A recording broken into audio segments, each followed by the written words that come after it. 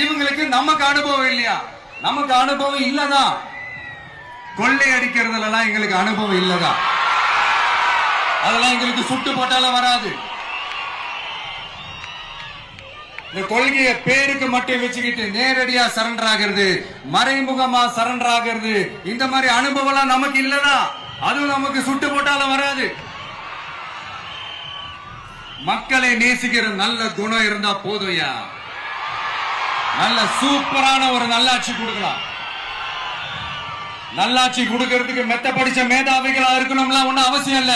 காமராஜர் அவர்கள் மாதிரியோ எம்ஜிஆர் அவர்கள் மாதிரியோ மக்கள் சக்தியின் துணையால, மக்கள் மேல அக்கறையா இருக்கக்கூடிய நல்ல அதிகாரிகளின் துணையால சூப்பரான ஒரு நல்லாட்சி என்னால கொடுக்க முடியும். செஞ்சு காட்டுறேன்.